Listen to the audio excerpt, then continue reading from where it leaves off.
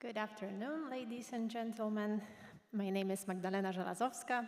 I am the head of the communication team at European Network Remembrance and Solidarity, and it is my great pleasure to welcome you at the official opening of the 12th European Remembrance Symposium here in Warsaw. The organizer of the symposium is European Network Remembrance and Solidarity, together with Polish History Museum. It is hard to imagine a better place for this symposium since the topic of the edition we are holding this year is Commemorating and Narrating Freedom. I will just briefly remind you that symposium is meant to bring together the representatives of institutions, European institutions dealing with memory, and Polish History Museum in Warsaw is one of them. So it is my great pleasure to invite on stage the host of this year's edition, Robert Kostro, the director of the Polish History Museum, and also the chairman of European Network's Remembrance and Solidarity Advisory Board.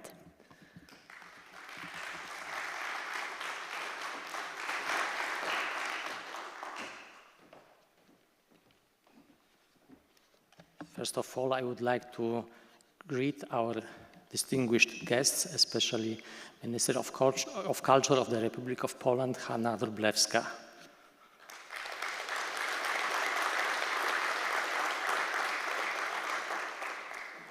I would also like to greet all our guests, distinguished members of Parliament or ambassadors, Director Rogulski, co-organizer of this event, and Professor Jan Rydel, and all of you. It's a great honor and pleasure to me to host the 12th European Remembrance Symposium and so many eminent guests in this building of the Polish History Museum. We are in a new building, but actually it took 17 years before we arrived at this stage of our museum.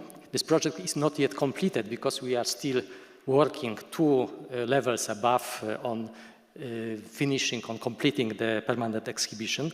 Nevertheless, we have already conference, educational facilities, and organized many interest projects. And also we have temporary exhibitions projects. So you are welcome to in our premises. It's great pleasure. I hope atmosphere of this building will be good and you will remember this visit. The symposium is held under the title Commemorating and Narrating Freedom. And why should we talk about freedom today? Freedom is and should remain a key concept for most institutions active within the framework of ENRS. The network was established to foster dialogue of historical remembrance between European countries that were deeply affected in the 20th century, especially by aggression and totalitarian terror. Freedom also has a special value in Polish history and, of course, in our museum's program. And it is also extremely important for the venue we have met today, namely for the city of Warsaw. For centuries, the Polish-Lithuanian parliament met in the Royal Castle of Warsaw in the Old Town. 2 kilometers from here, Polish kings were elected in Warsaw's Wola district. Also in this city was signed Religious Tolerance and Freedom Act Confederation of Warsaw in 1573. And also the first European modern constitution adopted on 3rd May 1791. Warsaw history testifies also to the fact that in order to defend freedom, we must sometimes pay the highest price. In the 19th and early 20th century, here in the citadel, 200 meters from here, was located Russian political prison, where Polish patriots were jailed. In a nearby location, also members of the Polish underground national government of the January uprising 1863-1864 were executed.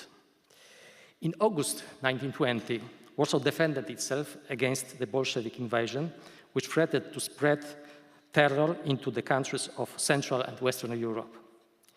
The city also rose up twice against the Nazi German occupation during the World War II. First time, it was the Jewish ghetto uprising in April 1943. Second time, the Warsaw uprising in August 1944. The streets of my city were also stage and witness of the demonstration by democratic opposition and solidarity in a movement against communism in 1970s and 1980s.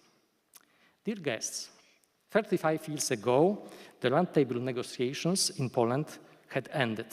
The elections in June 1989 brought the collapse of the communist dictatorship. We believed that the fall of communism would bring freedom, democracy, and peace across the continent. It did for some time. But unfortunately, after 25 years, in 2014, a new threat arose to freedom and peace in Europe when Russia attacked Ukraine for the first time. Our concern is even greater since winter 2022, when a full-scale Russian invasion of Ukraine began.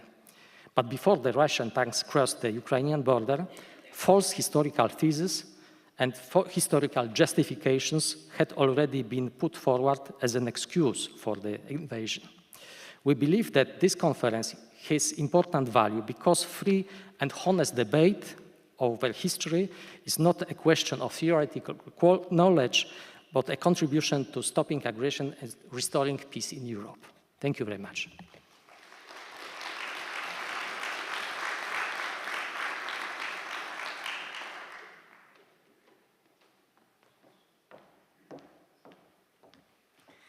I would now like to invite on stage Rafał Rogulski, the Director of European Network Remembrance and Solidarity.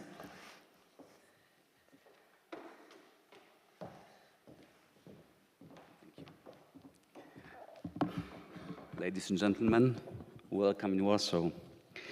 Contrary to Director Robert Kostro, I rarely have the opportunity to open any of the INRS projects in Polish. So allow me to use my mother tongue during the opening speech of this year's symposium in Warsaw, and please use your headphones. Szanowna Pani Minister, Szanowny Panie Dyrektorze, Szanowni Państwo. Sympozjum Pamięć Europy, organizowane co roku przez Europejską Sieć Pamięć i Solidarność, ma stwarzać Państwu i ma stwarzać nam wszystkim, przedstawicielom instytucji upowszechniających wiedzę o historii XX wieku, możliwość do podzielenia się doświadczeniami, sukcesami, kłopotami. Chodzi o to, by wspierać nasze szanse na współpracę ponad granicami, a uczestnikom naszych późniejszych projektów, naszym widzom, odbiorcom różnych projektów, które organizujemy, przybliżyć, no właśnie, różne punkty widzenia na historię XX wieku i pomóc się lepiej poznać i zrozumieć. Taki cel przyświeca każdej edycji Sympozjum Pamięć Europy, a co roku zapraszamy Państwa przy tej okazji do dyskusji na jakiś ważny dla nas wszystkich temat. W tym roku, ze względu na to miejsce, w którym się znajdujemy i które tak barwnie przed chwilą opisał pan dyrektor Kostro, ale też but also because of the 85th anniversary of the outbreak of the Second World War, the 80th anniversary of the Warsaw Uprising, 35th anniversary of the fall of communism, and the 20th anniversary of EU enlargement to the east, and 25th and 15th anniversary of NATO enlargement. With the countries from behind the Iron Border, Czech, Poland, and others, Romania, Slovakia, Slovenia, Albania, and Croatia. So, among others. So we decided to talk about freedom because museum narratives and historical education speak about it, and it's hard to talk about. It's hard to find a better place to talk about freedom than Warsaw or the Warsaw History Museum.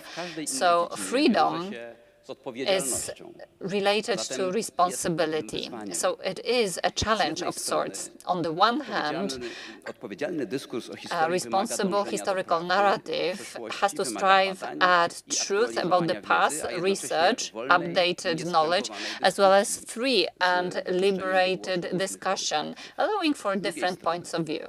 On the other hand, as we strive towards freedom, there is a risk of selective memory, conscious or subconscious selection of narrowed down interpretations, which, without a broader context, may lead to misinformation, disinformation. That's why we need a sovereign, courageous and critical approach to the past. Freedom of discovery and interpretation of history is an opportunity for us to confront a difficult legacy, to see it in a broader, transnational context even, and to work in favor of collective memory that allows you to understand, that connects and doesn't divide. So after all, the pathway towards freedom, even though it's bumpy and related to some sometimes difficult feeling of responsibility, offers you the possibility to build the future peacefully.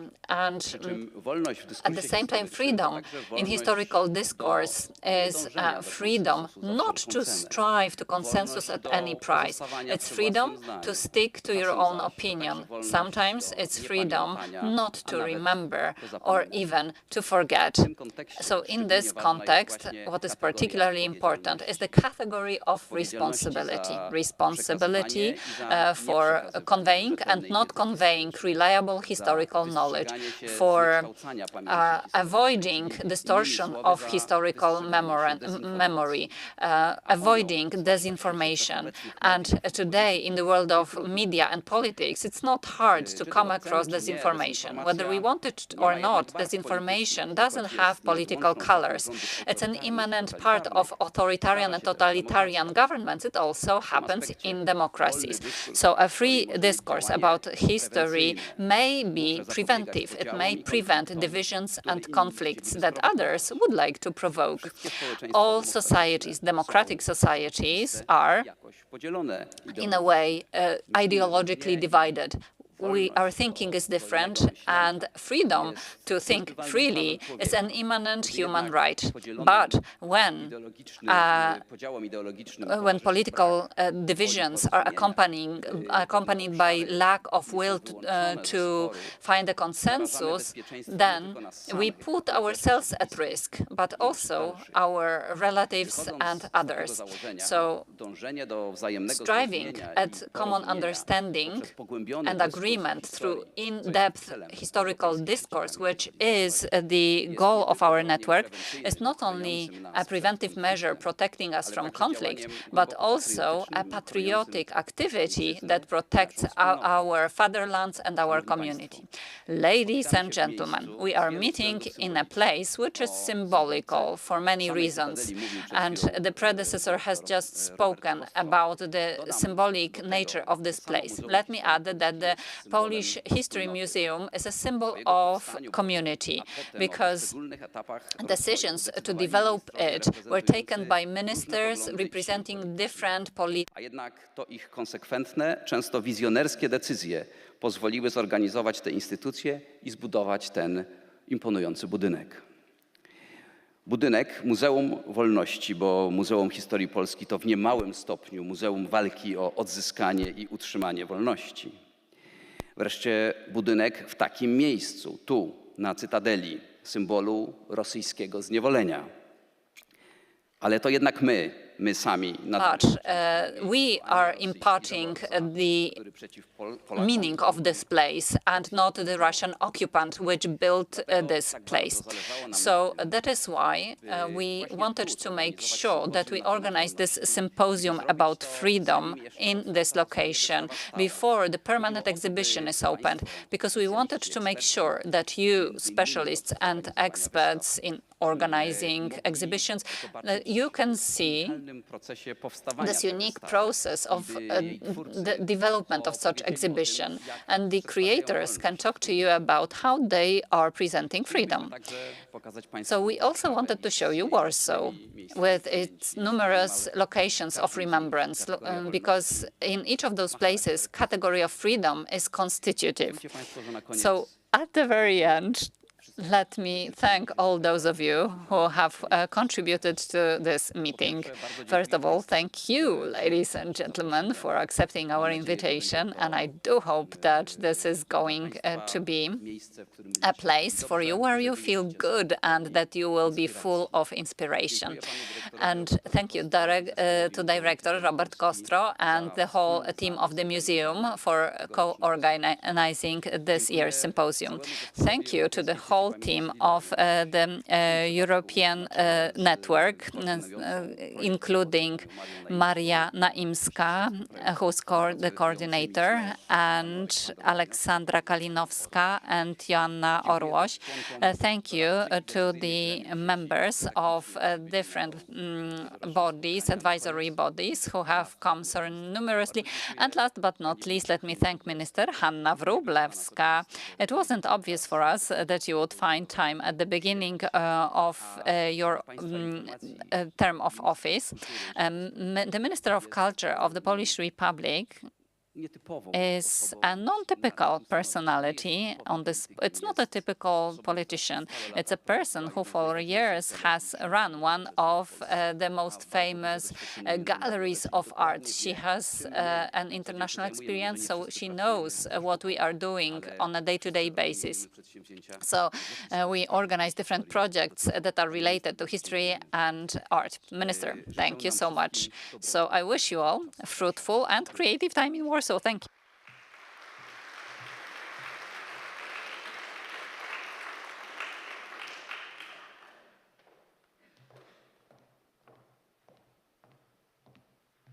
She has already been introduced, but nevertheless, it is my pleasure to invite on stage Hanna Wróblewska, the Minister of Culture and National Heritage of Poland.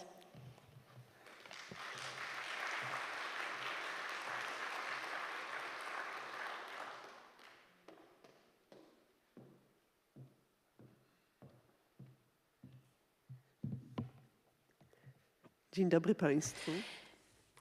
Good afternoon, ladies and gentlemen.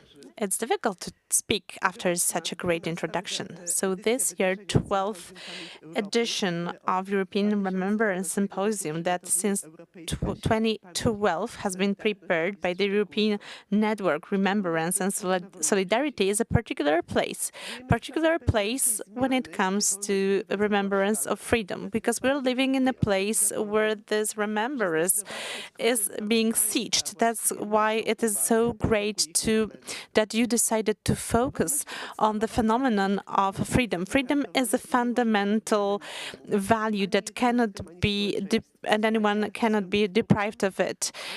Artists, scientists, members of academia, researchers, the freedom of speech and freedom of conducting scientific research is the foundation of the nowadays arts. This is a flywheel of all our actions, and this is something that makes our societies going. History, not this distant one, offers us some examples. What happens if there is no freedom?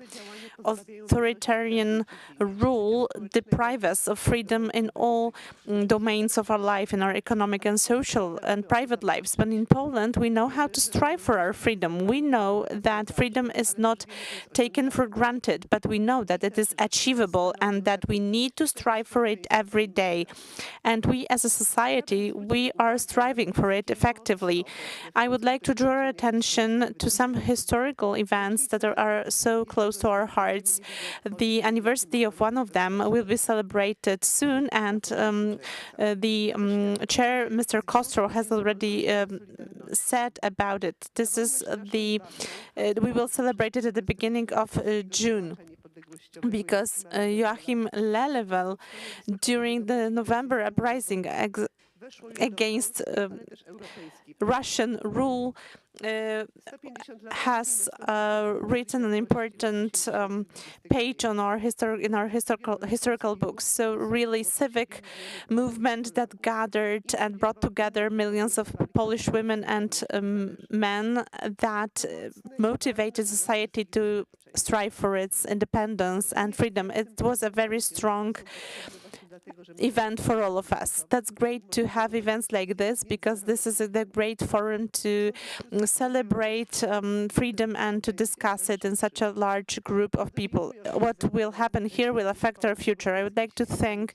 to the chair and organizer, the European Network Remembrance and Solidarity, together with all partners. I would like to say a big thank you to the host, the head of the Polish History Museum. That's great we have institutions like that, because as it's been said, I have my museum background, so let me list a list of Polish museums: the Museum of Warsaw Uprising, the Museum of Prisoners, the Warsaw Ghetto Museum, Auschwitz-Birkenau, Józef Piłsudski Museum in Sulejówek. I wish you a fruitful conference over the next 4 years together with the Polish history. It is an integral and important part of the history of entire Europe. Thank you very much.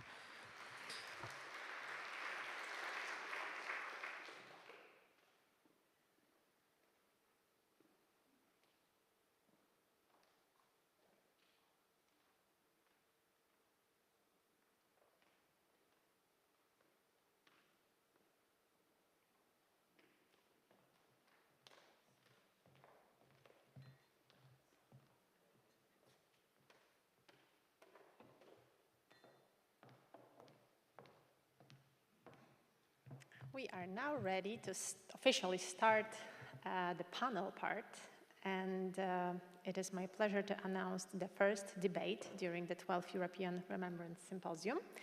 The debate will be on the topic Freedom as a Current Challenge for Public History and Civic Education.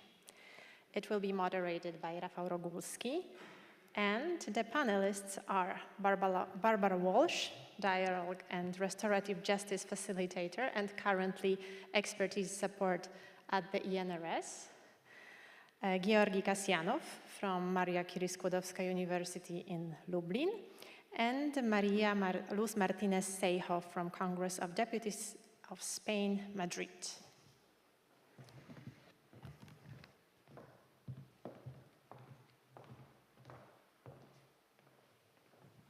Ladies and gentlemen, we will be switching now into English to make the discussion more or less smoothly. Barbara, please take the place. Barbara Welsh, Maria Luz Martinez, and Georgi Kasjanov.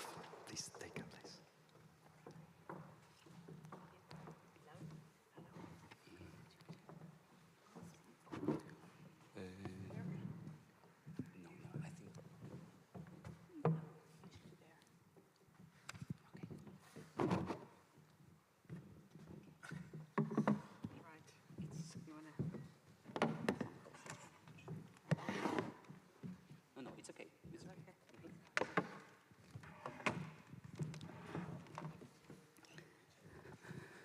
Ladies and gentlemen,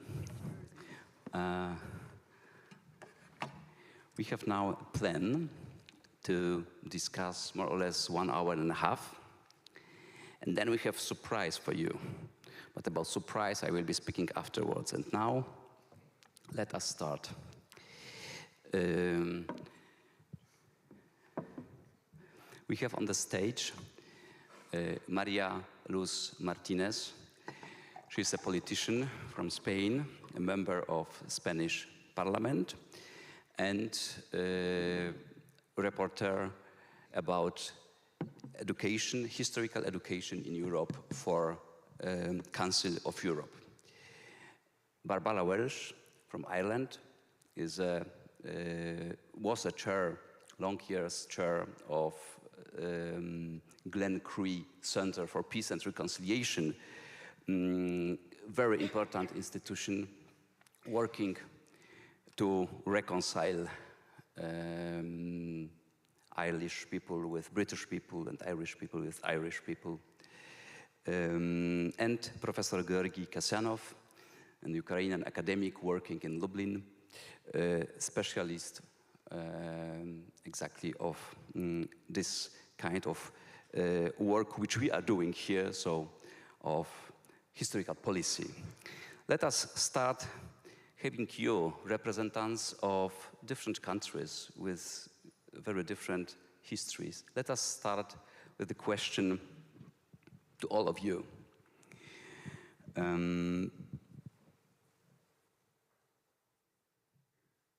Please describe the main challenges regarding history education, history policy, remembrance policy in your countries. What are the main challenges in your countries? I suggest to start with Maria Luz Martinez.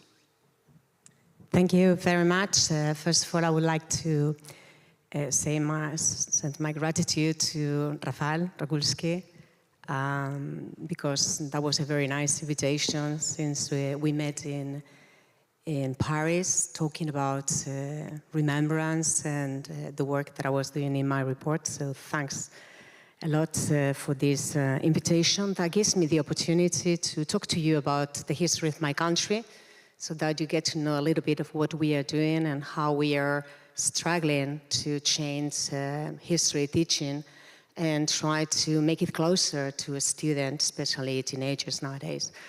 Well, I suppose that Spain, as any other European country, has had a very long history, and the most recent history in the 20th century is very dramatic. Indeed, we had a democracy in the 30s. There was a coup d'etat, followed by a civil war and a dictatorship which lasted for more than 40 years. So we recovered freedom, which is the key word of this symposium, in the 1970s. So a very long time waiting for freedom to be recovered by the Spanish society. So for us, the word freedom meant losing lives, fighting for rights, fighting for democracy, fighting for basic values that the Spanish society had achieved, and in just a coup d'etat were lost and left my country in darkness for a very long time. So since we recovered democracy, that was in 1978 when the constitution that we have nowadays was passed, we have been trying to open the different massive graves that were closed for decades in the country, and we have been trying to heal some problems that we had in our society between the two different bands that took part in the Civil War. But it hasn't been until 2022, only 2 years ago, that we finally passed the law of democratic memory, which tries to restore dignity, reparation for the victims, and is trying to delete all the different symbols that are still spread all over the country, which remind the dictatorship and some of the people responsible for murders and the different crimes that were committed through the dictatorship. So this law is very important for all the Spanish society, basically for most people in the country, because, as I said before, the country was divided into different parts, the winners and the losers. And the losers couldn't recover their relatives, the families, and they didn't even know where they were. We are talking about almost 150,000 people who were disappeared between 1936 and 1943. And out of them, there were only 11,000 people who have been recovered, the names, so the dignity, and the families have been able to bury them. We know that there are still more than 2,000 massive graves which haven't been opened, and there are more than 30,000 people missing. So we haven't been even able to recover the names, the remains of the people, so the families can finally bury them with dignity, which for us is a very important word. So, as I said before, the law is trying to guarantee this coexistence between the Spanish society by reparation, by opening these graves and giving the families back the family, the people who were buried there, by recognizing and bringing the names back to reality. And at the same time, there is a very important second part, which is trying to heal those injuries in society. And this is done with the cooperation of all the different administrations. And this means that all the fascist symbols are eliminated from public spaces. That's the part regarding what we are doing with history, with our memory. But there is another important law that we passed in 2020, and it's the education law. The education law has three important roles and objectives that we are finally implementing this year, because since the law was passed, there was a period of time to be adapted and to be fulfilled and executed at schools everywhere in the country. So this is like the last year for the whole curriculum to be implemented at the different educational levels. First of all, we are very interested in changing the way history is taught at schools. In the past, it was very academic, and history was mainly taught chronologically, so one period after another period. And there are so many contents regarding history. It's such a dense subject that it was very difficult for students to be able to associate and interpret some historical facts. So what we are doing nowadays, first of all, is trying to cover all the Spanish history through compulsory education, but we are focusing mainly on the last 2 years of secondary education and the year before going to university, where the content have been selected, and we give a priority to content regarding 20th century history, so that students understand much more, and they make it closer those events that happened in the recent past, so that they understand it better. They have a sense in their reality, in their common life, and there is much more proximity with the families, with their communities, and at the same time, it's much easy to associate those contents with the reality they have nowadays. So basically, to build by comparing historical facts with reality nowadays, that they can make their own criteria, their own judgment, and we also want to prevent, really negative historical facts from happening in the future. We also have introduced another subject, which is civic and ethical education, which is compulsory for all students in different periods of education, in primary and secondary education, and it's aimed at deepening on the values, democratic values, and citizenship values. This subject was deleted in the previous law, and we thought that it was very important, especially because we are in a European framework, And I think we need to keep on being committed with the principles defended as well by the Council of Europe, which within its recommendations, one of them is to have this citizenship education everywhere. And finally, there is a new competence introduced at schools nowadays, which is citizen competence, which is a cross-curricular subject, and therefore it has to be worked by all teachers at all different stages. So basically, this is a summary of what we have been doing in Spain in these last years to get back remembrance, to prioritize remembrance, and in a very wide sense, because we want the whole society to be involved in it, and especially starting by young generations. Thank you. Thank you. One question according to that, how it is seen from the political point of view, if there is a common direction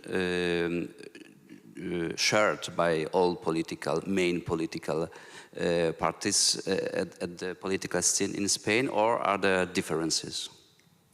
Yes, there is still a reluctance. This is a very controversial topic. And as I said, we have a very young democracy. It's only been for the last 47 years. And there are still many people who haven't been able not only to heal injuries, but they don't want them to be closed. And by them, what they just want to do is that what happened in the past shouldn't be talked about in the present. So they just want to erase it completely, as if the dictatorship hadn't existed. But obviously, that's not a way to heal people's injuries and people's feelings, because there are still everybody in Spain has a family relative who lost somebody in the civil war, in the dictatorship, and his body hasn't been recovered yet. So we will not be able to heal these injuries until this law is fully implemented and we recover the dignity of everybody who was on the other side.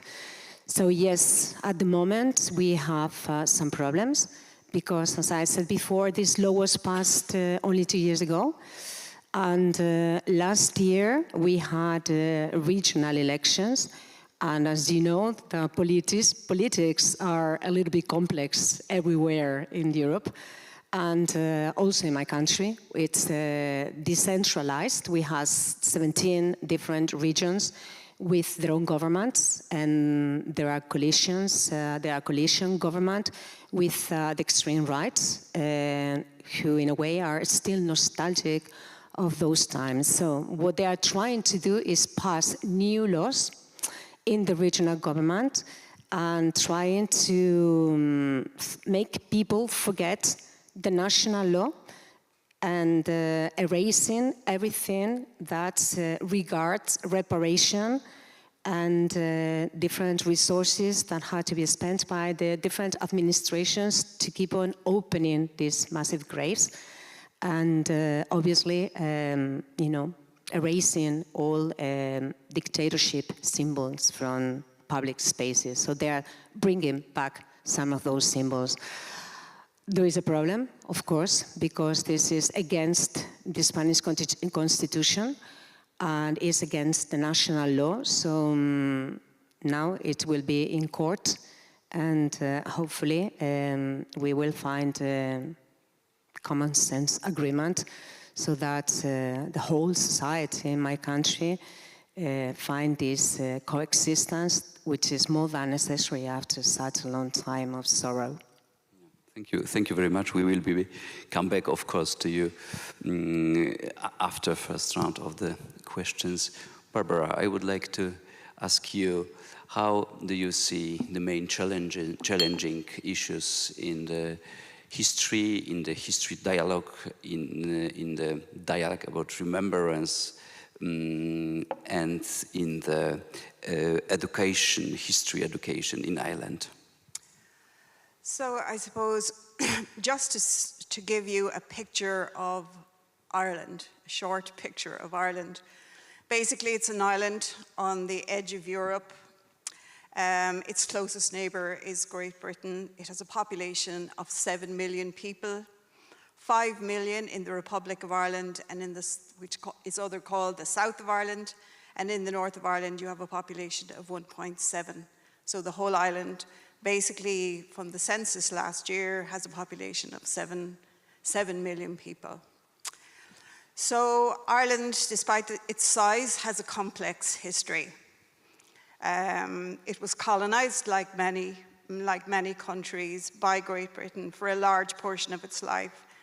And really, freedom was the cry and the cause that Irish people really, down through the centuries, had a real strong wish for self-determination and for freedom, for the ability to rule themselves.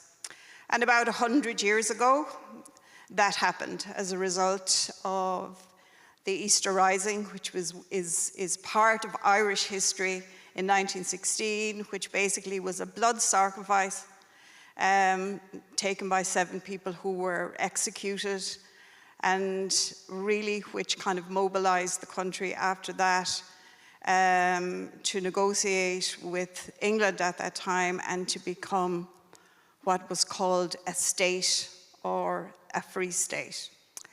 So if freedom was the call in the Republic of Ireland, the call in the north of Ireland was different.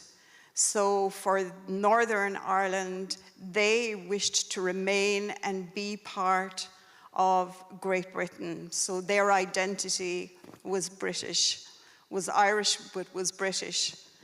So that led to the partition of the country. So when the country was partitioned, it also contained thousands of Irish nationalists who were more or less trapped behind the northern border. And as a result of partition, the notion behind that was that you had a Protestant state for a Protestant people, because the majority were Protestant during that time. And the nationalist people that were living there really were treated unfairly, which basically led again to the outbreak of protests for civil rights in the late 60s, and it took a downward spiral into violence in the 70s, which basically lasted until the signing of the Good Friday Agreement in 1998. So when we talk about history, on the island of Ireland, you had basically 2 different narratives of how history was seen and how things were seen. So for the Republic of Ireland in the south, the narrative was around patriotism, around the revival of the language, around being proud of your country, being Irish for the Irish, and also, of course, it was very closely allied to the Catholic Church, which basically, lasted up until maybe the 60s and the 70s. So to add to the complications, it joined the European Union, it joined with Britain in the early 70s, and I'll talk about that in a minute and the impact of that on our history and on the conflict and on Ireland in general. So when history was taught in the Republic of Ireland, basically it was the narrative of the hero's journey. It was the fight for freedom. It was allied to the revival of the language, and the protection of the state during that time. So that was the narrative. So the narrative was the narrative, but at the same time, it really wasn't the true narrative either, because it also left out the fact that before independence, there were over 30,000 Irish men who were killed in the First World War and who were British at that time before 1916.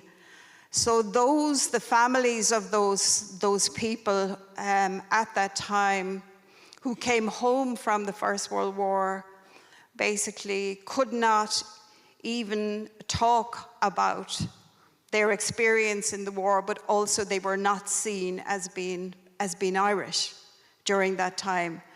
And it took until 2006 for the Irish state to recognize the fact that those men had died during the First World War. So the thing that I would say, the experience of teaching history and the impact of history on the Republic of Ireland in those early years was one of state building, one that was quite narrow, one that ignored the fact that there was a significant Protestant population in the south of Ireland, many of whom left because it was a very cold place for Protestants to live in the south of Ireland. Then north of the border, you had a situation where you had 5 million people at the time who were divided, who lived separately, who went to church separately, who went to school separately, and in a way, even though they lived close to each other, didn't know a great deal about each other.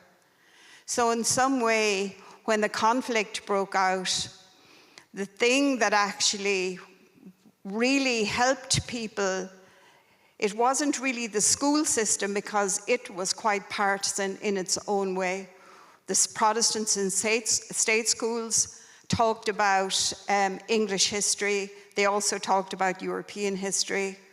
The Catholic schools, which were basically used by the Catholic community or the nationalist community, really had some Irish history, but most history was learned from people's families, from their homes, from their communities.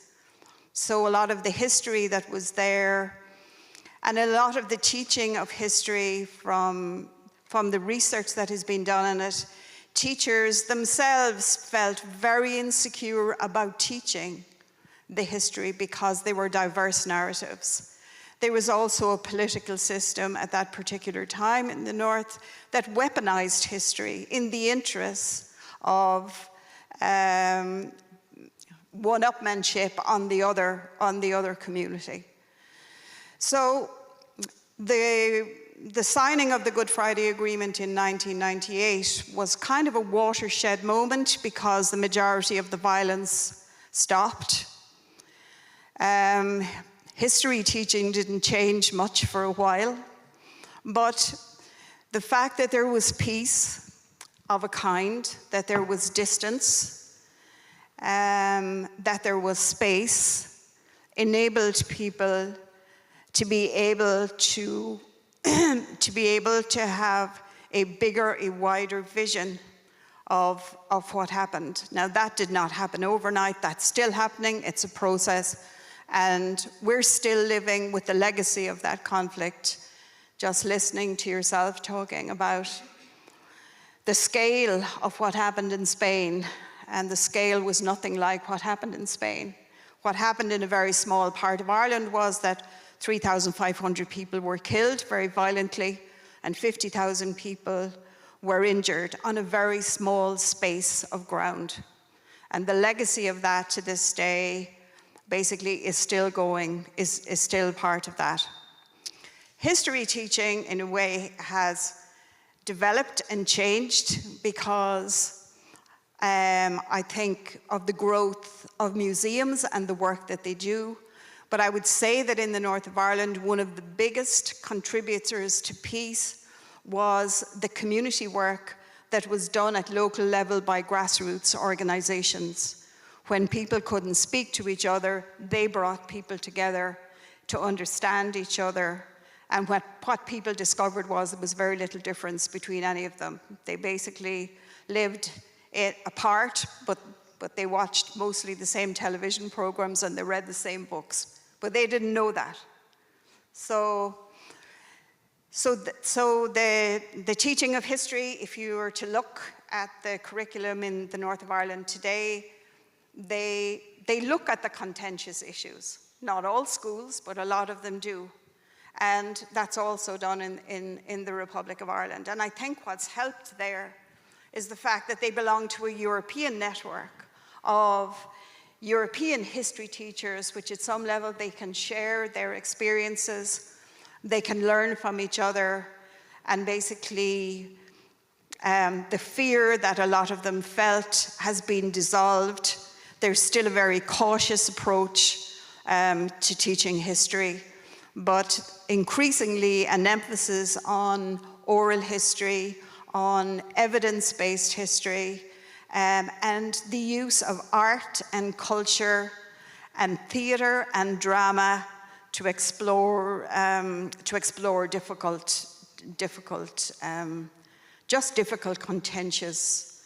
contentious issues. I think maybe that's enough for now. Thanks. Maybe one additional question to you. Are there any law regulations,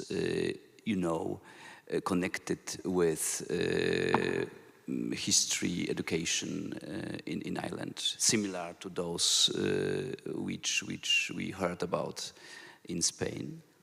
Sorry, could you repeat that question again? If there are any law regulation in law passed by the parliament connected with or regulating the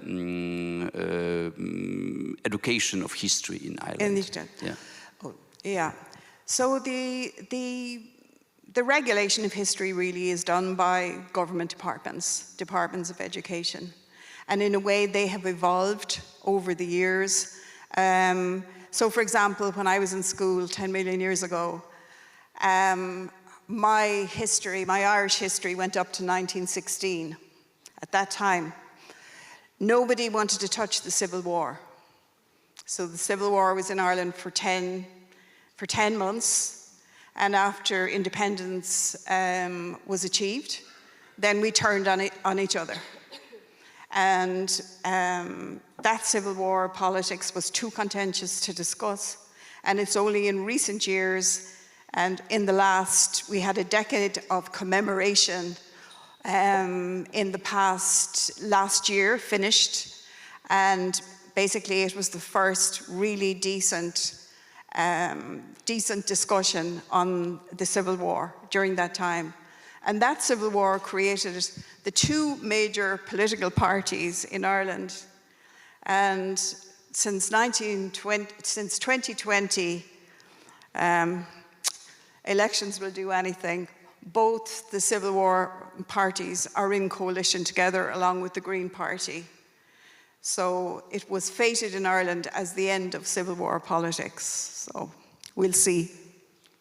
Thank you. There is a chance for hope. Hope for hope. And now, Professor Kasjanov. Thank you. We are coming to the other part of Europe.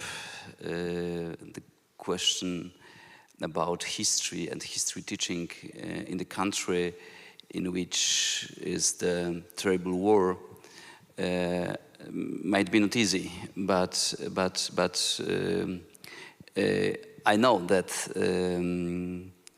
there are big problems. There were big problems in the history teaching and dialogue about history in the Ukraine itself and between Ukraine and some other countries. How do you see the situation now? Well, generally, if we talk about challenges, we have to take into account the state of affairs. Ukraine is in the state of the war, and this is existential war because the neighbor which started this war, promotes the idea that Ukraine is a non-existent state. And this existential war for Ukraine, and unfortunately also existential war for Russia, because They posit the idea that Ukraine is a part of Russia, and Russia without Ukrainian territories also might be in danger. So the second, no less important thing is that the history is extremely securitized and weaponized in Russia and Ukraine, and not only in these two countries, but also throughout the world now. So it's a global tendency, and Ukraine, in this case, represents Russian-Ukrainian war, represents a kind of extreme case of weaponization and securitization of memory and history. As to teaching, I'd say it's quite contradictory, because Ukraine started educational reform in 2018, and it is the movement to 12 years secondary education, and then part of this reform is a reform of history education, and the major trend here is to make Ukrainian history a part of European history, which would be kind of natural procedure. Ukrainian history now is being taught as what is called integral course. And we have extreme diversity of curriculum now. Let's say about 10 or 12 or even 15 variations of one single curriculum. And the same applies to textbooks. So we have numerous textbooks for the same grade. So this is the context. But the major part of this moment is the contradiction is that from one side we see kind of development, more dramatic development of national narrative, representing Ukraine as a history of Ukrainians, ethnocentric narrative, with some extremes of presenting some organizations and movements as a single representatives of Ukrainian national movement. And at the same time, we see more inclusion here, because since 2016, for instance, Holocaust and Holocaust education getting more and more extensive part of Ukrainian history curriculum. And for instance, the history of Crimean Tatars since 2014 also taught in a more inclusive way, not like before 2014-15. History of Crimean Tatars presented as an integral part of Ukrainian history. So it's very complex and very complicated.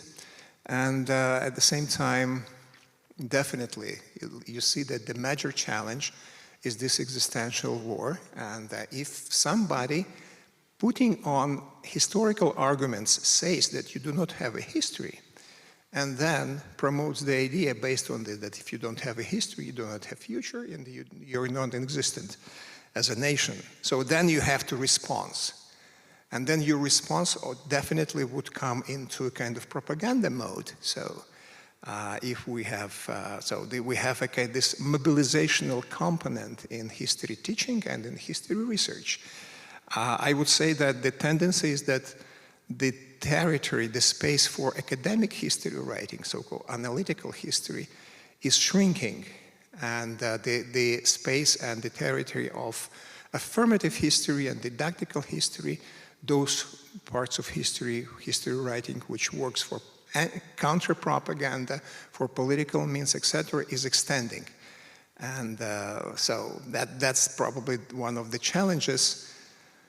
So another thing in this case is that we have a certain kind of, as you asked before, but there's a certain kind of memory legislation. I think that Ukraine has probably is a champion of Europe in the number of memory laws. And some of these laws have a prescriptional power that turns the right to remember into duty to remember. So you have to remember certain things in a certain way, and if you do not do this, if you do not do this publicly, you might be considered as a persona non grata in this case. So it's also, definitely connected to the war conditions. Generally, we have, well, in fact, we have a martial law in Ukraine. So, and this martial law, according to constitution, means the limitation of certain constitutional rights. However, the society is still diverse, and then this is another challenge in history education and in history writing, because when you have a diverse society and you have to impose some kind of single version of the past, then you have discontent within society. And this is also a serious challenge. And well, in fact, there are different strategies how to deal with this. Ukraine is still diverse and still pluralistic society. However, the certain parts of memory legislation started to work in terms of criminalization of certain versions of history. And finally, the final point about this, about challenges, is about it might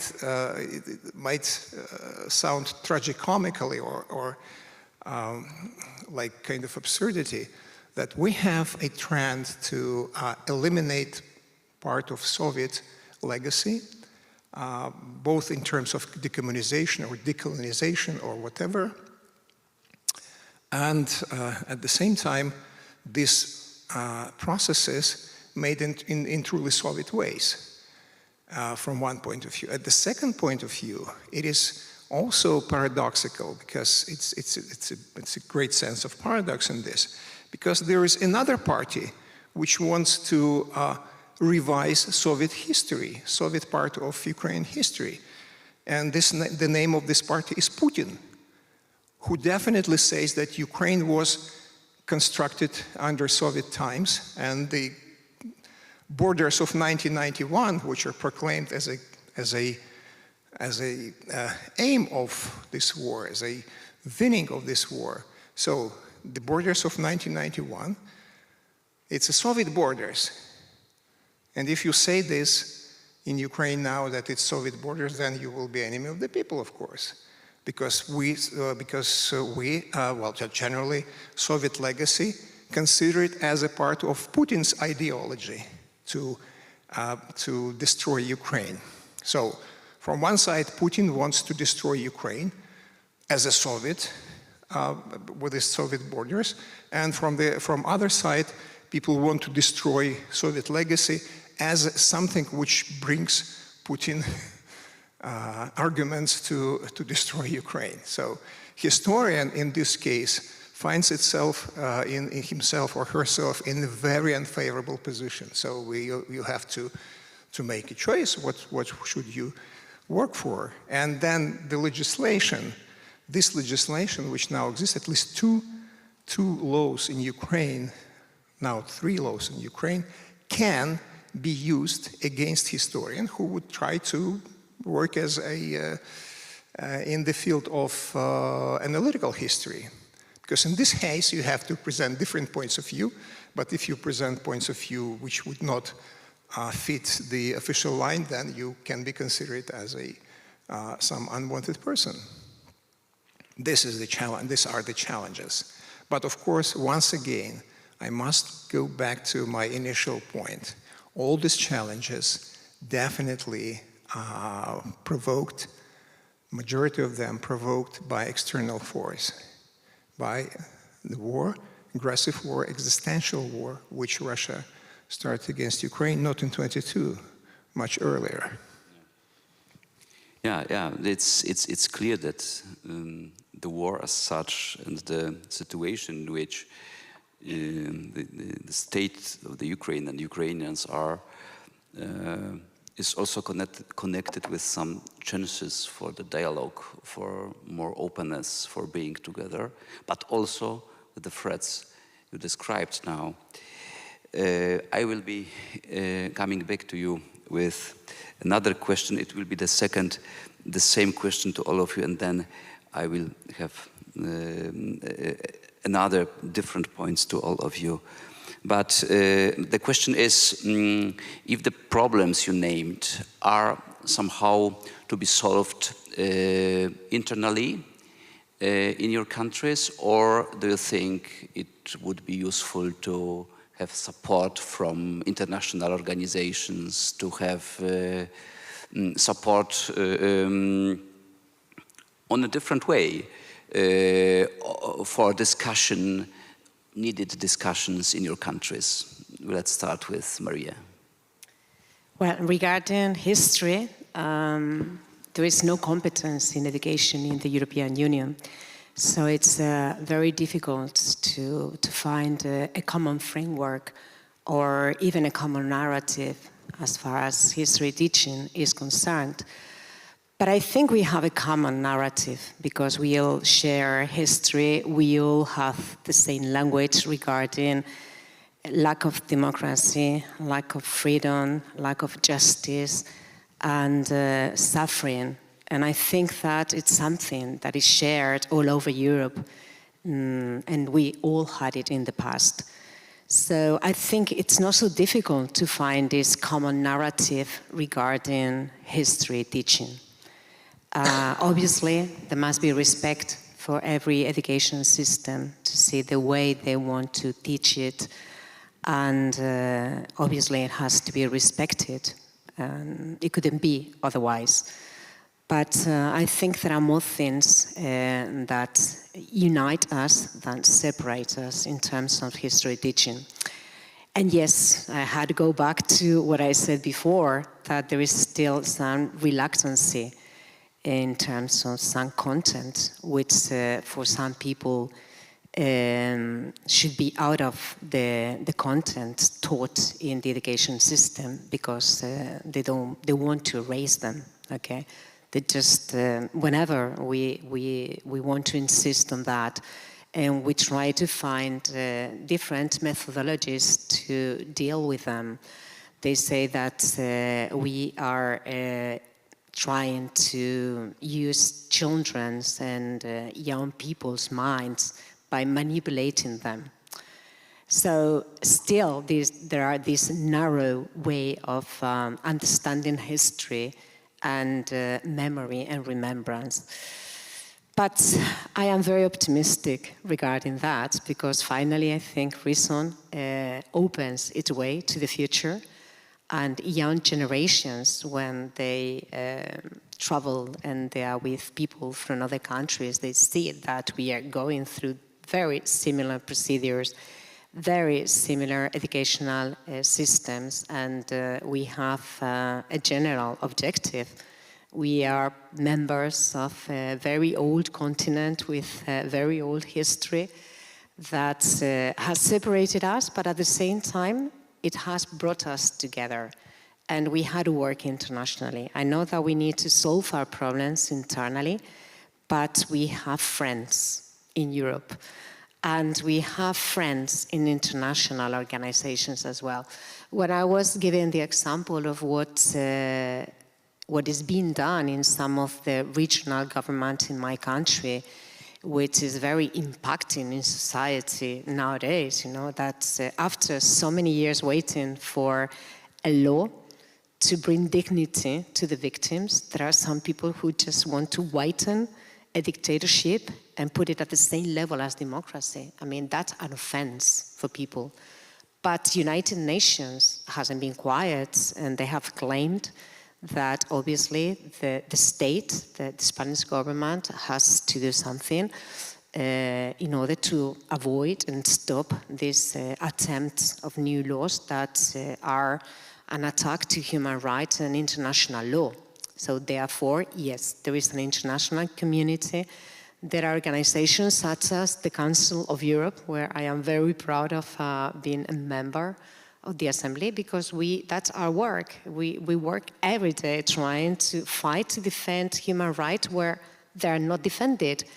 And it brings hope to situations such as your country in Ukraine, because I think we have a responsibility.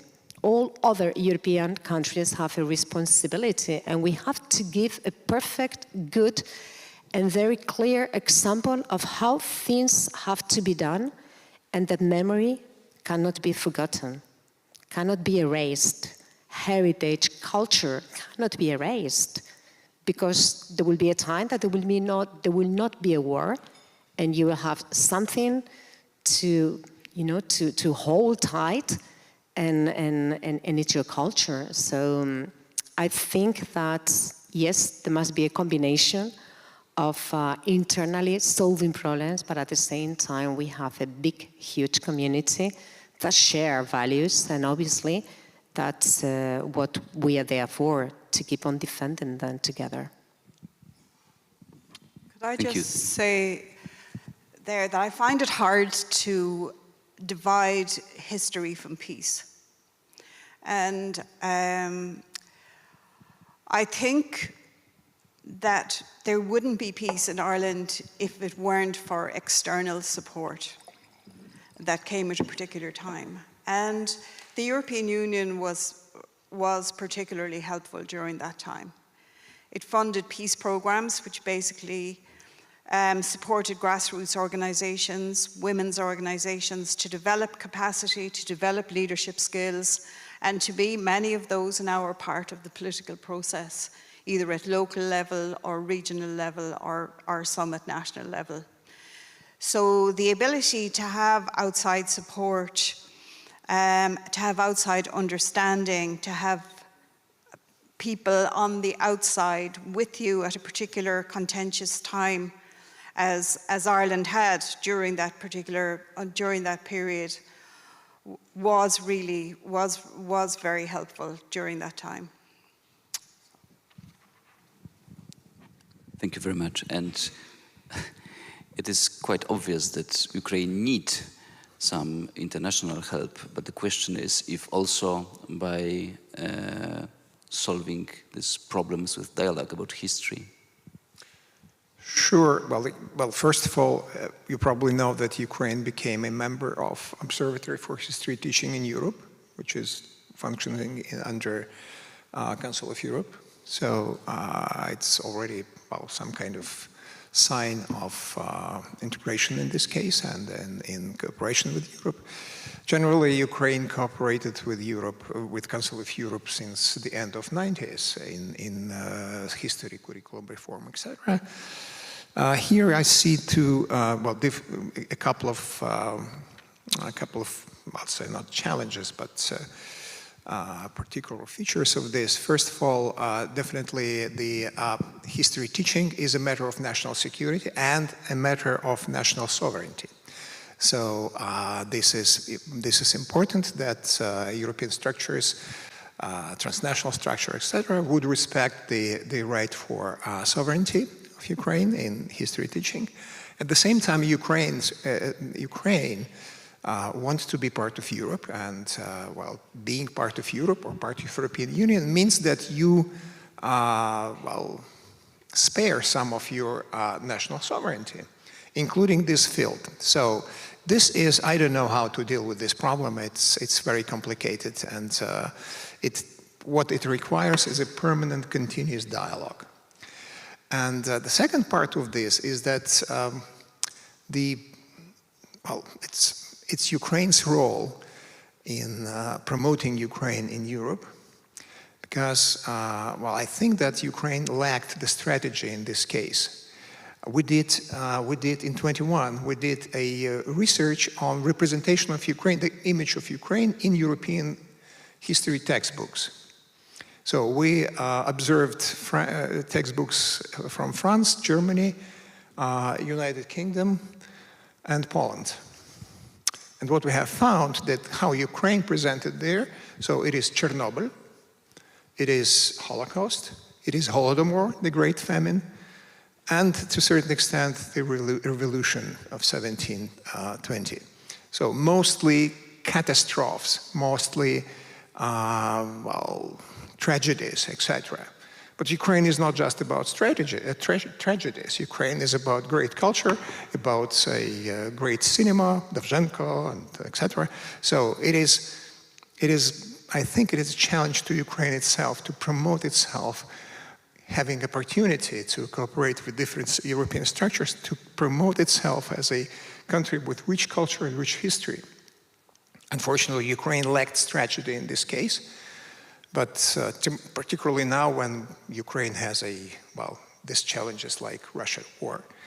But this is the agenda for Ukraine itself, not just for European structures or for European countries. And for this, we need a permanent and continuous dialogue. And for this, we need the support from Europe for this dialogue and for this permanent communication. Thank you. Thank you very much. And now, before I will pass the micro to the audience to give our participants to ask your question, I would like to ask Maria, you've been working for some time on the report for the Council of Europe on the theme, the role of sites of remembrance, places of commemoration and education for democratic citizenship. What is the aim behind this work? How is the work on this text processing? Well, you know a little bit because you took part in an exchange of experts last March in Paris. I can't say that I'm very proud of this report, that I'm not the author. I inherited this from a previous member. But I think it's a very important report for countries such as Spain or Ukraine in the future.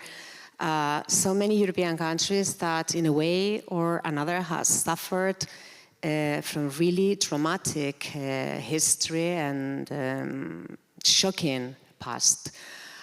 It's a way to give back identity and, as I said before, dignity to the people who have suffered in the past. And we want to do it through history teaching.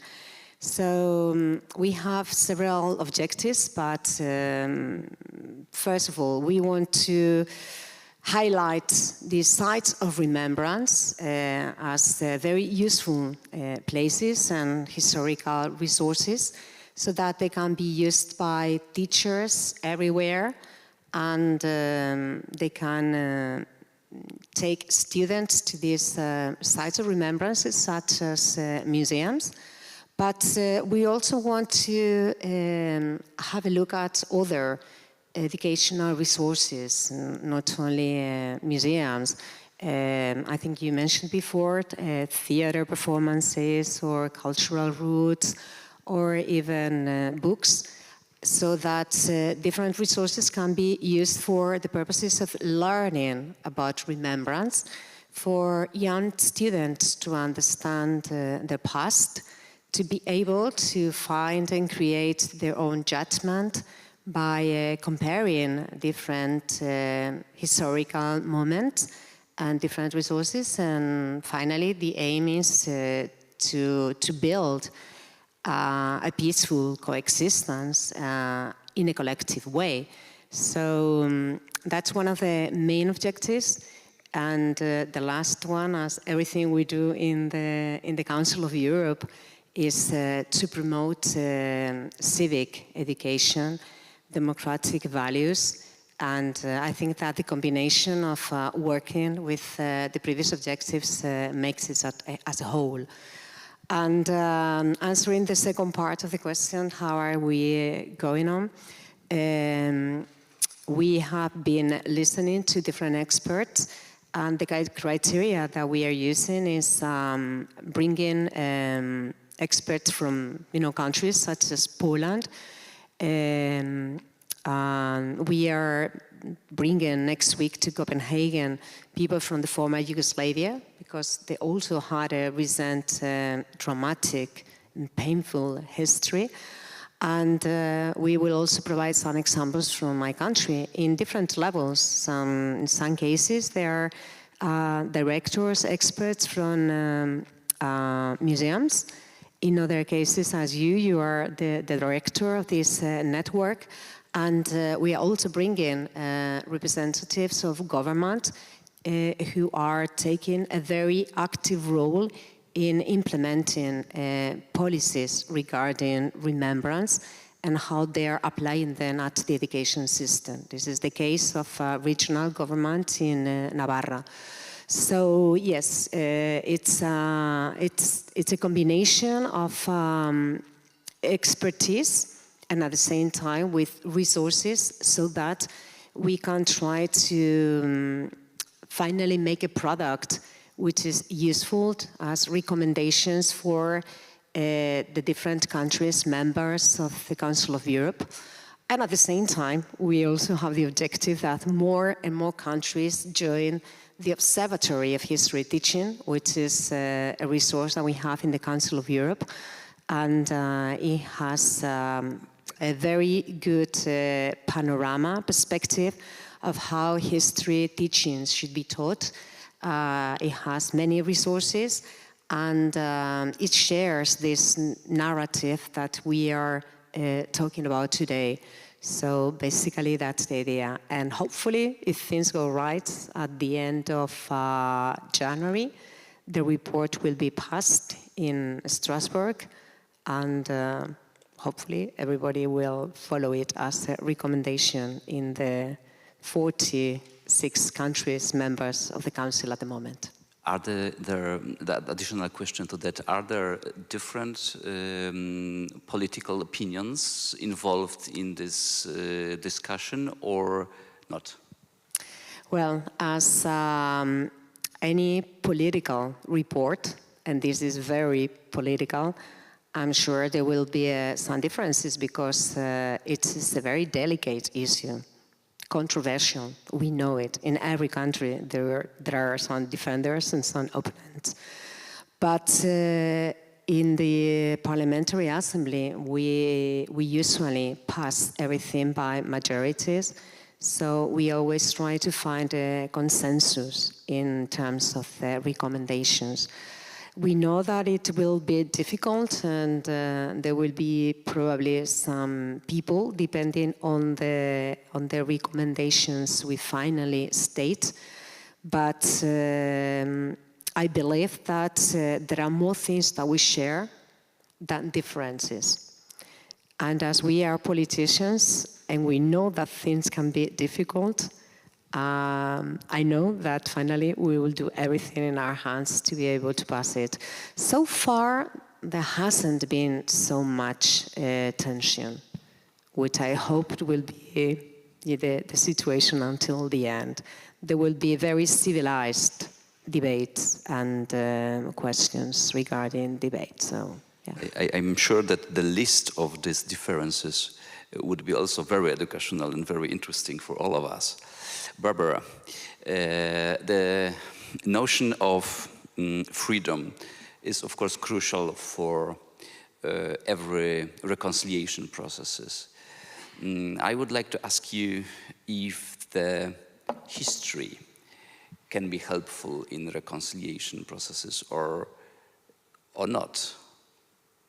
If history can be helpful to yes, yes. I think it can. I think it can. I think what's important for reconciliation, and sometimes I don't use that word too much because it has all kinds of connotations for different people. So really, I think what's important is creating the conditions that enable people who come from very different perspectives, that have maybe hurt each other, that have lost people, that they get an opportunity in a safe place to have conversations about difficult and contentious things. I think that reconciliation is not an end in itself, it's not an event, it's not a stop, it's not a full stop, it's something that is an ongoing process that in a way there is no end to. And when we feel that things are all right now, something or some historical event or something is weaponized, either a memory, a site, a position, and then sometimes it's like going back to square one. So currently, I think the impact at the moment of political discourse and polarized rhetoric and personal insults between political parties, between society and politicians is having a very undermining effect on democracy. And the organization that I worked for, along with the Hume Foundation, just recently have worked with local government and politicians to develop a set of ethical guidelines that politicians would sign up to, so that at some level there is a respectful discourse between particular political outcomes. So that wasn't an issue really up until the last few years.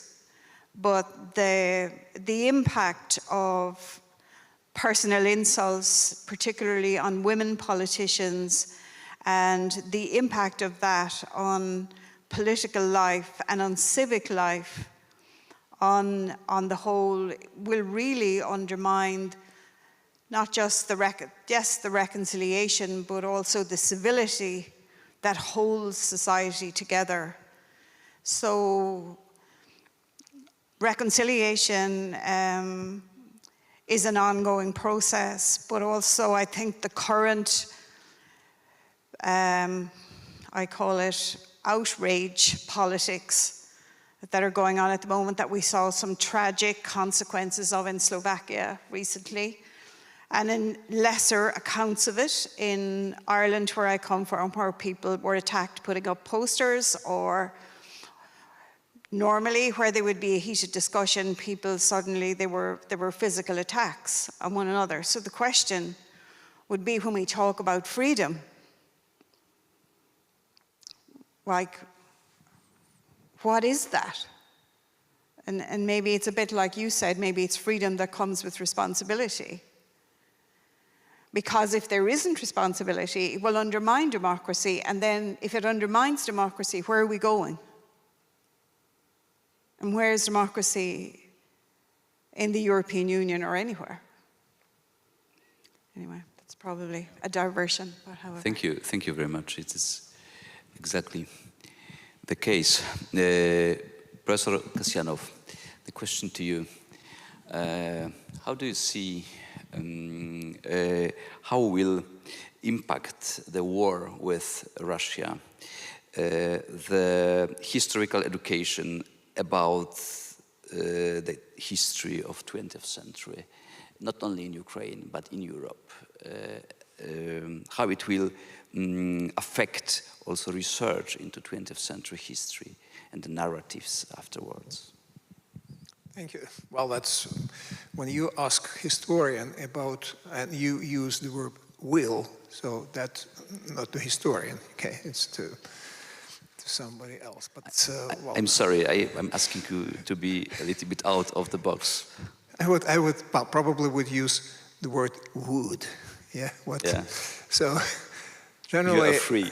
I hope that it will be no end of history in physical terms, because it's also one of the prospects, which is, by the way, actively discussed in certain circles. So generally, well, that's already becoming part of the history, and well, generally. Definitely, it's already a huge negative effect of this war everywhere, not in Ukraine only, but everywhere. And probably it's a part of previous processes, because I think that the Russian war against Ukraine is a part of global processes which started to develop prior to this war. And this is exactly about securitization and weaponization of the past. It's exactly about mixing history and memory and replacing history with memory. And you know that all the war of the worlds always starts with the war of the words. And that's, so it was articulated exactly by this Russian-Ukrainian case. But if you look at this globally, you will see, well, the recent story with Venezuela and Guyana, when there were historical arguments that the independent sovereign country was a part of another country. So quite remindful of something. Then we have the same story with Taiwan and China.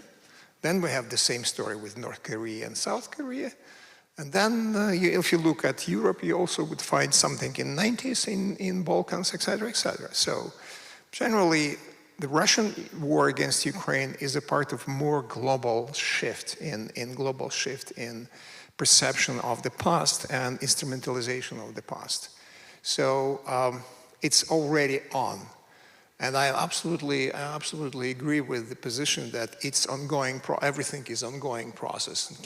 Well, it's started and it's going on.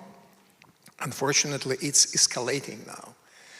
And then I think that this war would impact the process of further securitization and weaponization of history. It's already on the table. It's already, Russia mentioned past as a matter of national security in 3 basic documents, in the strategy of foreign policy, in constitution, and in, I don't remember what was the 3rd document, but they're all strategic documents. Ukraine definitely now puts the memory and history issues into the agenda of national security. And the same case everywhere in hidden form, just going on throughout the globe.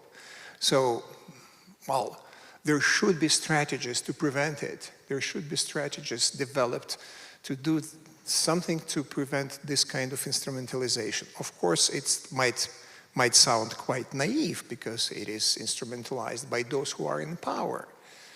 But, well, we have organizations like yours and other organizations of this kind, which could at least articulate it and at least put it on the agenda and to discuss it globally. And this is my proposal. Yeah. I asked because I see some hopes connected with these changes. For example, and also with some of our projects. For example, we have been making almost from the very beginning of our existence the project about 23rd August, about Hitler-Stalin Pact, about outcomes of that. And of course, this is connected with the information that the outbreak of the Second World War was, of course, connected with Nazi Germany, but was connected also with Soviet Russia. And even more, the first years of the Second World War, there was a cooperation between 2 totalitarianisms. This is not obvious narration in Europe. And I hope, for example, for changes in this kind of narration. Do you see a chance for that? Also in Western Europe? Well, generally, I'd say it's a matter of, again, it's a matter of discursive strategy. Yeah. The conflict exacerbated exactly in, I think it was in the mid-2000s, when certain Baltic countries and Poland, of course, also, just started to revise the idea of Hitler's single responsibility for this. Well, there was a Ribbentrop-Molotov pact, so there were 2 sides there. And of course, Putin responded with accusations in Poland and the address of Poland, etc., etc. So that's just, again, this kind of manipulation of history and of weaponization of history. And, well, generally, I'm sure that as soon as someone politicians at top level start to speak about historical justice and restoration of historical truth, then you should expect that there will be problems there. And in this case, definitely we have this extreme case of this extreme example of Russia-Ukrainian war. And well, here the only solution to my mind is that once again, probably it sounds naive, but at least when you spoke about this huge research about different curriculums and you ask about the problems. So probably you should also have a list of these problems and the list of approaches to these problems, and then the variance of solutions and the variance of consensus, whatever. So I think that the only, and connecting to your question about the role of Europe or role of transnational organizations, it's exactly about this. It's exactly about permanent dialogue and permanent open dialogue between different parties, including those parties which you don't like, okay? And only in this case you should be kind of, at least when you have a dialogue, you speak to each other. If you don't have a dialogue and you have a controversy and antagonism, then you just make this principle unsolvable. So we have now quite nice consensus between you, Barbara, and Maria, that this is the never-ending work, the dialogue about history. Ladies and gentlemen, we have quite unique opportunity having at this stage representatives of different types of activities connected with history. So we have politicians, we have, let's say, reconciliation activists, and we have an academic. Do you have any questions?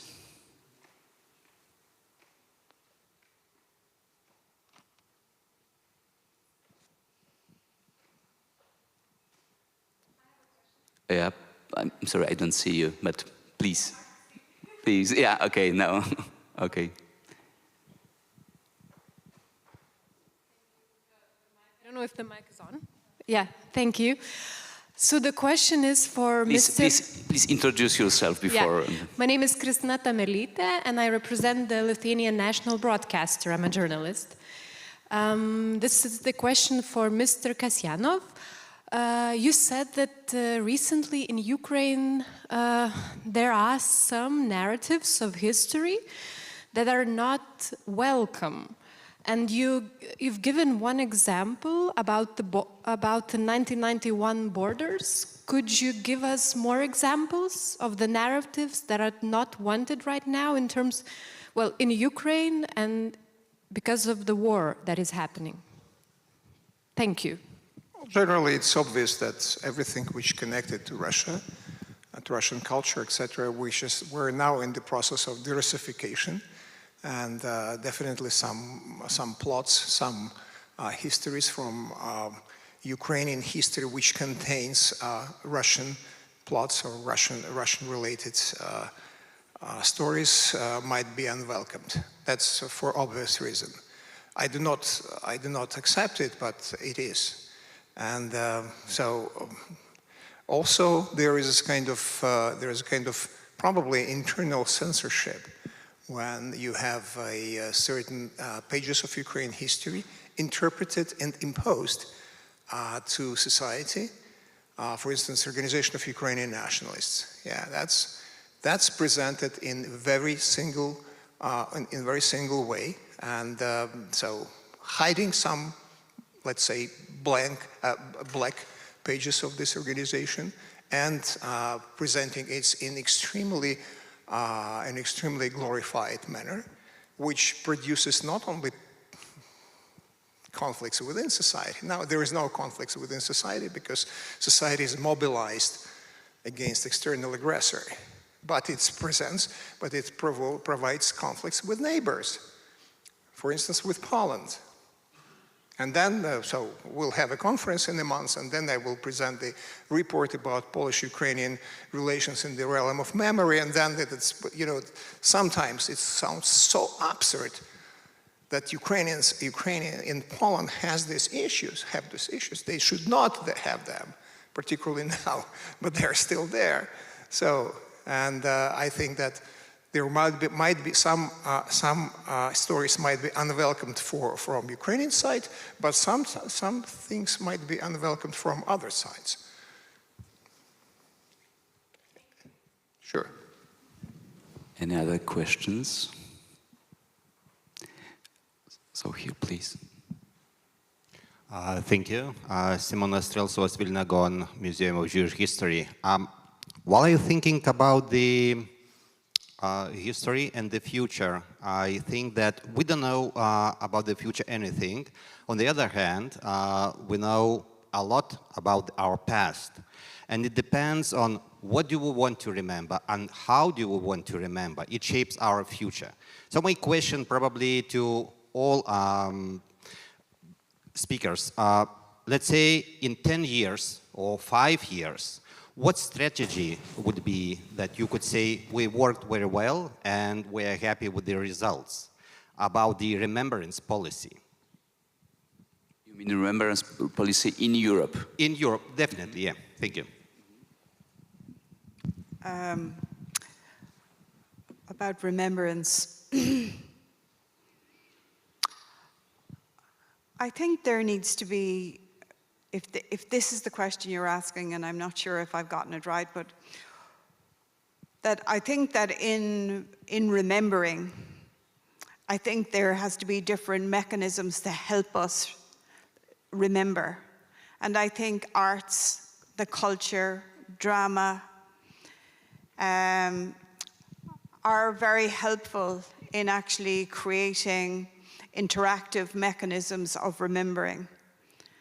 And I suppose what I notice is that museums are no longer just pieces of artifacts in glass cases, that at some level they are places of engagement where dialogue can happen amongst young people around. So if you were to look at two of the projects that the ENRS are doing at the moment, the Sound and the Silence and the In Between project, which brings people together from countries across Central Europe to engage with very difficult and contentious issues, and the impact that has, the positive impact that has on young people who are almost hungry for that kind of engagement. That just isn't about reading in history books, but it's also engaging at a number of different levels. Yeah. Well, I see that the future of museums regarding remembrance is absolutely related with education. And because I think that either the content of museums is passed on to future generations and they incorporate it, or probably the work hasn't been done correctly. So this reminds me to the Reykjavik summit that highlighted the importance of the connection between human rights, democracy, education and culture at the same time. So I think that it is a task to put all intelligence working together, and that implies as well innovation and the capacity of the autonomy of the museums to be able to adapt to new necessities. So I think we are in a changing society, and everything has to be adapted to new necessities, also the work that museums do. But at the same time, I agree that unless we have a common narrative in terms of government supporting remembrance in the countries, the work that museums can do on their own can be limited if they don't get the support they really require and need. So altogether, I think that there must be a strategy, but working at different levels, and museums play a key role together with other resources, as my colleague mentioned, because remembrance is not something that is linked specifically and only to museums, but can be worked in different ways. So, and that's the way it should be done at the education system as well. Yeah, definitely the role of museums has changed, and you see in this building how far we are, actually. Professor Kasyanov? Well, I'm not expert in these issues, but I think that in most general terms, I believe that the best strategy here is to recognize diversity and to recognize unity through diversity in any kind of venues, museums, other lieux de mémoire, like social networks, etc. So I think that, but probably the major challenge here also, it's about the externalization of memory. So probably in a year we should ask ChatGPT about these questions, and then we'd have a diverse responses. As you know, ChatGPT is using our answers on the creative way. Another question? Yeah? Joseph Huchtel, Austria. Thanks. Joseph Huchtel, President of the Austrian Society for Bettering International Relations and former Member of Parliament. When I look back in the history, at least in the last centuries, it was a tendency to get more democratic societies in the world. I think we can agree on that. Nowadays, in the last 20 years, when there was a lot of studies, especially from British groups, concerning the development of democracy in the world, we see some contrary development. Nowadays, we do have only 24 countries in the world which can be considered as totally democratic. This means only 8% of the living worldwide population. My question is now, do you think that's the worldwide controversy between democracy and authoritarian regimes?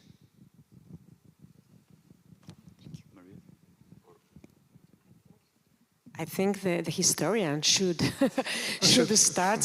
Should be.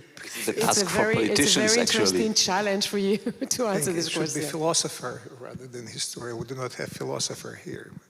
So historically, democracy is a very young phenomena. Yeah. So, and while totalitarianism, not totalitarian, but authoritarianism has a much longer history.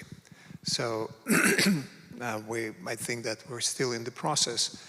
However, I don't think that quantity here overcomes the quality. So I think that still democratic regimes are still more, at least more flexible and adjustable to changing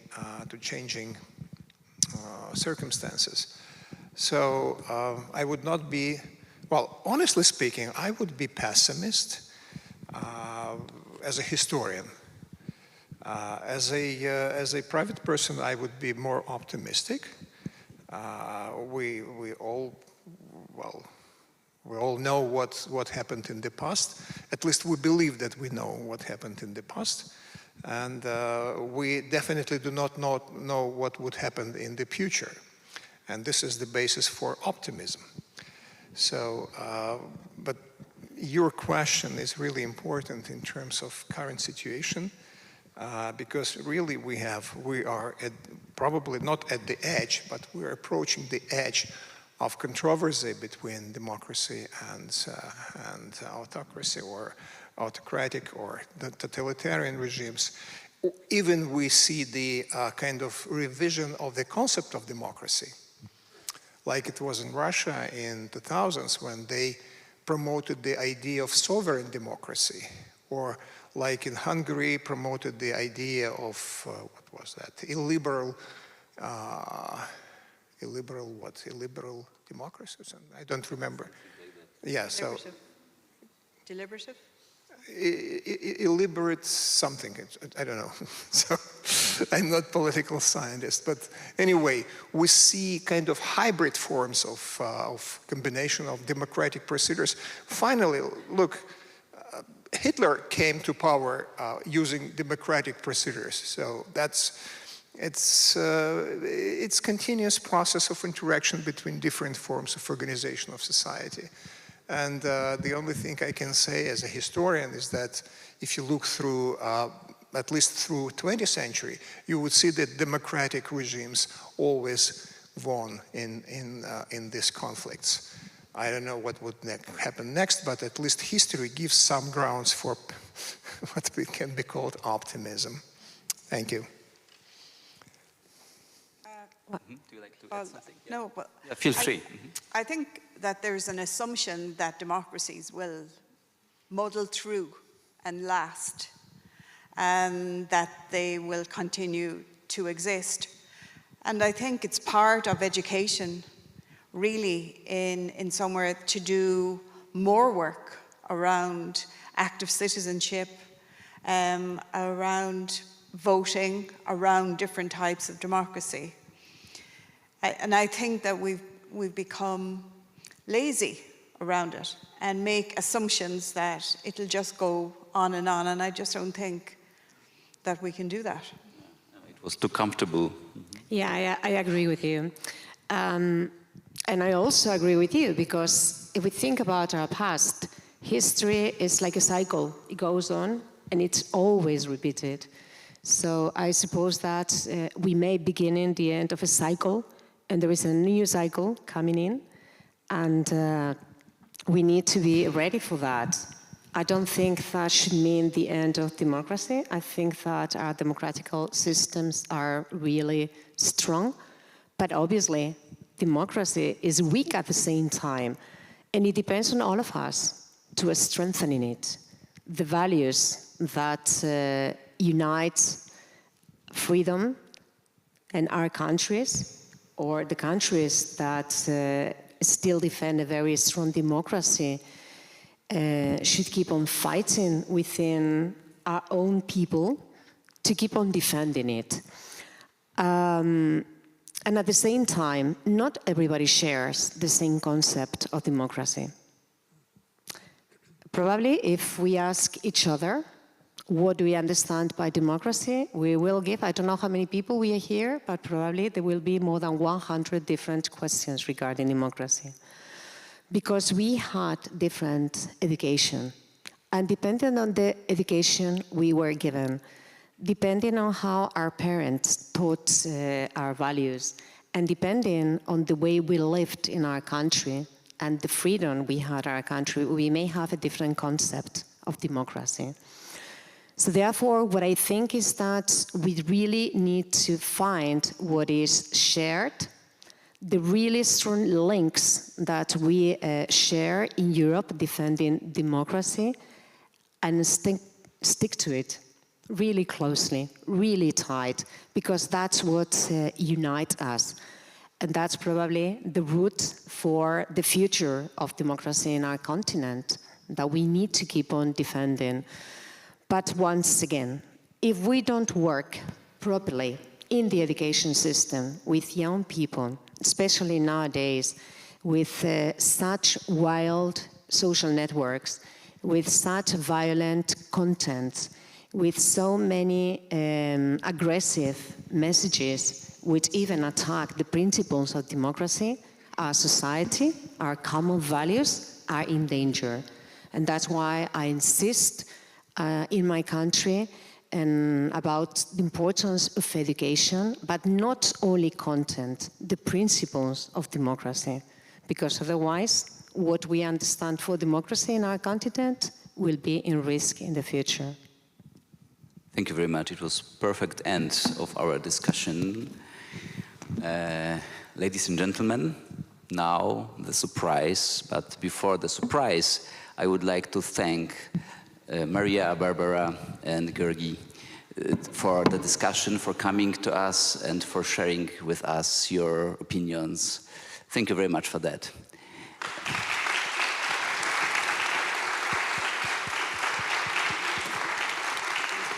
And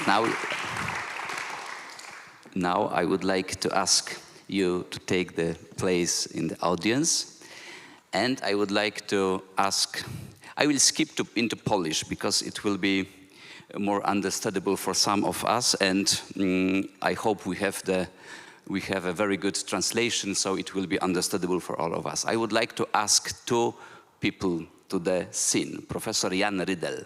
Professor Jan Rydel, I'd like to invite you onto the stage.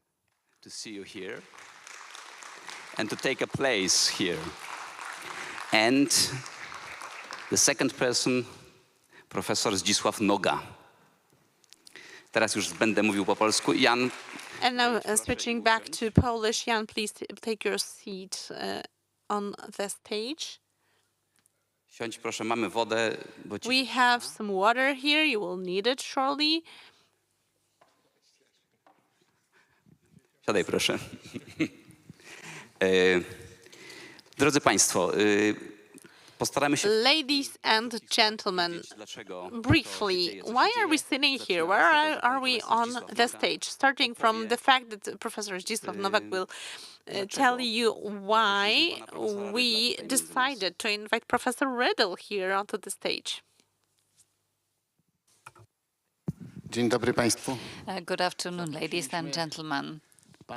We invited Professor Jan Rydel because we have a surprise for him, and I am not the surprise. A book that we developed for you, Professor, is the surprise. It's to commemorate the 65th anniversary, and we'd like to hand over this book to you. It was developed by friends, students, colleagues, acquaintances. And looking at your face, I can see that we managed to keep it secret, which doesn't often happen. Ladies and gentlemen, Jan Rydel, he's not only an activist of the network, not only an expert on matters that were the topic of today's debate, not only a diplomat in a broad sense of the word, but also a scholar. In the world of scholars in Poland, there is this habit and tradition, and also probably outside Poland, that anniversaries are celebrated by a book, and this is how we wanted to sum up your intensive years of work. And that, as the title says, you devoted to science and politics. Jan Rydel, ladies and gentlemen, was born not in Rydlówka in Krakow, but he's related to Bronowice, and the Polish participants of this Congress do not need any explanation what Rydlówka is. To our foreign friends, I'd like to explain that Rydlówka, a manor near Krakow, is a magical place. It's a place where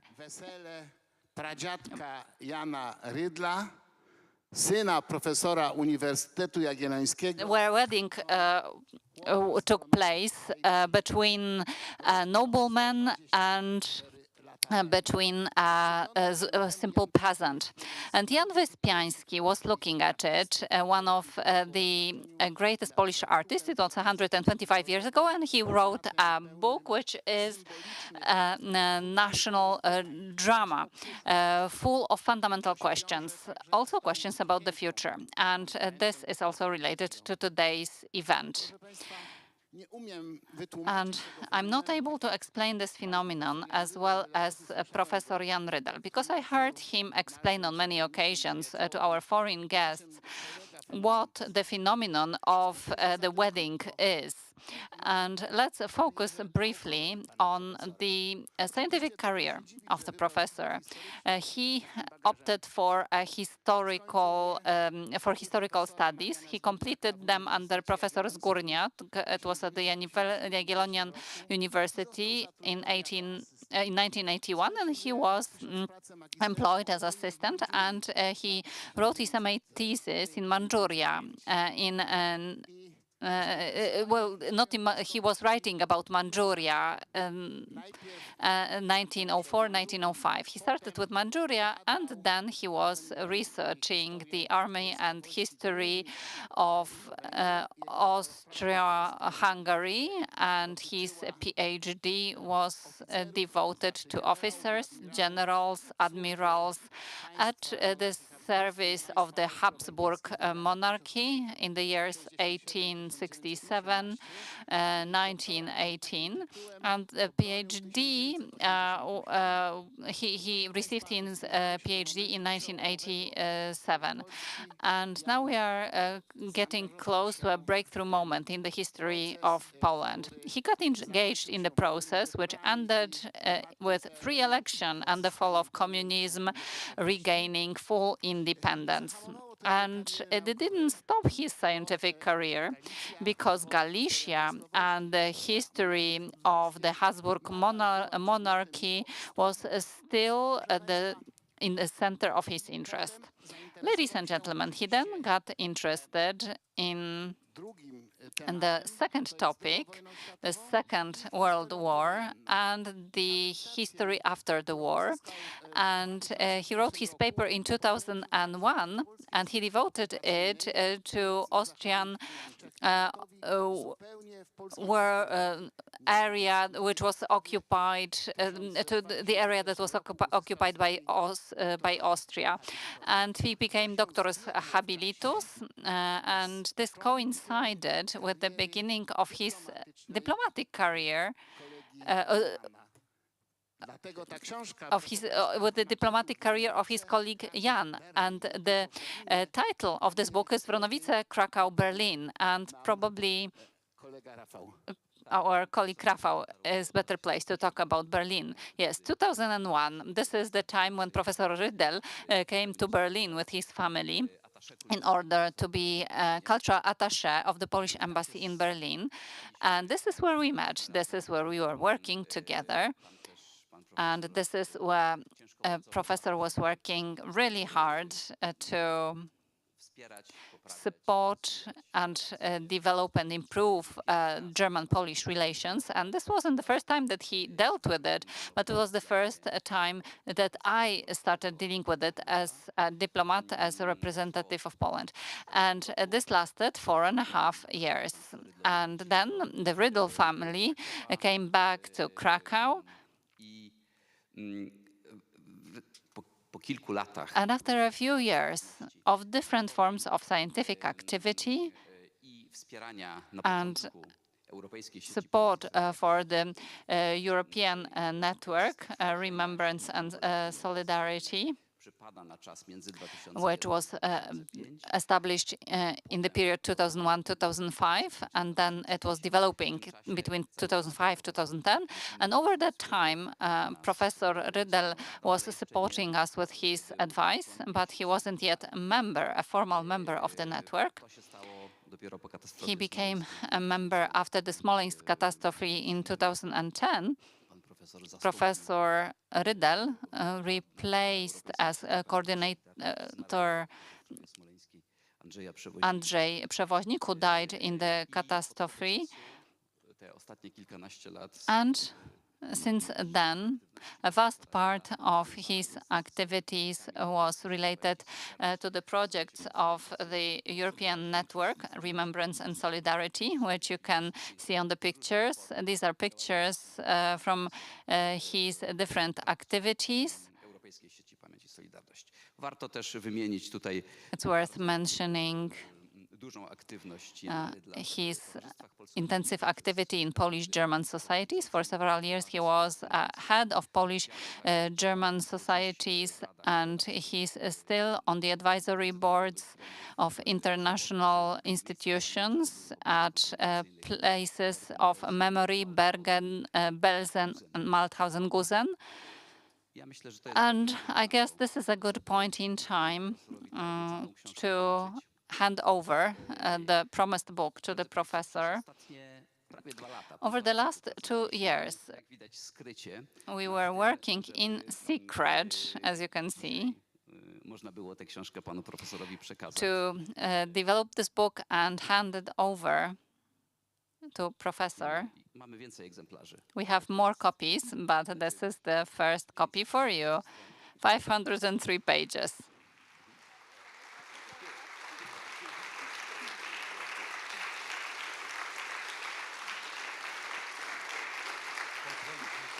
Oczywiście. Zanim oddam głos panu profesorowi. Before I give the floor to the professor, I'd like to thank several other persons who contributed to the development of this book. Anna Michalska, Małgorzata Pakier, Izabel Ryskał-Rydel, Piotr Rawiej, Ewelina Szpak, Antoni Zakrzewski, Barbara Welsh.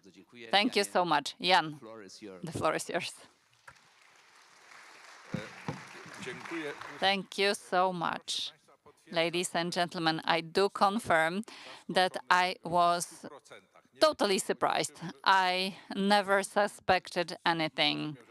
I understand my wife knew something about it, but I didn't. Completely unaware. So thank you very much. When I was writing my articles to similar volumes, I thought I'd never have such a book. I'd never get such a book. So you took me by surprise, and it's a very nice surprise. Indeed, we are fighting on the verge of history and politics. We try to do whatever we can. And I'm so curious of the content of the book. I have a great appetite for it. And I'm lost for words, to be honest. This is what we expected, and we were kind of counting on it. We didn't want you to prepare for your presentation. Well, it's a good point in time for you to enjoy, to look at the list of authors. And this is like an extra surprise. You can buy this book if you are interested. It's possible. We are happy to take your name. You can enter your name on the list and we'll ship the book to you. The book came yesterday from the printing house. That's why we don't have all of the volumes with us yet. Incredible, deeply moved. Yes, I looked at the table of contents and it's just, I don't think I deserve it. I think you did. We never forced anyone to write an entry in the book. It's published in several languages, German, Polish, English, and one even in French. So all of you can find something for themselves. So Jan, thank you so much for everything. Thank you for your time.